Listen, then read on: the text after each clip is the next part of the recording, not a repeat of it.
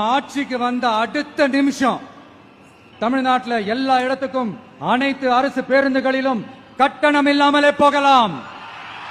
வணக்கம் மக்களே, நீங்க பார்த்த இந்த வீடியோ காட்சி என்பது நம்ம தமிழக முதலமைச்சர் தேர்தல் பிரச்சாரத்தின் போது டிவிக்கு ஆட்சி அமைந்த அடுத்த நொடி தமிழகம் முழுவதும் நீங்கள் இலவசமாக பேருந்துகள்ல பயணம் பண்ணலாம் அப்படின்னு சொன்னாங்க.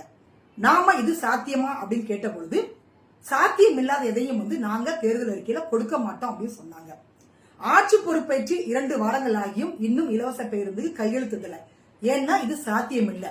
என்ன காரணம் அப்படின்னு கேட்டீங்கன்னா, கடந்த 30 ஆண்டுகள்ல தமிழகத்தை பொறுத்த வரைக்கும் போக்குவரத்து துறையில மட்டுமே 66,000 கோடி நஷ்டம் ஏற்பட்டு இருக்குது.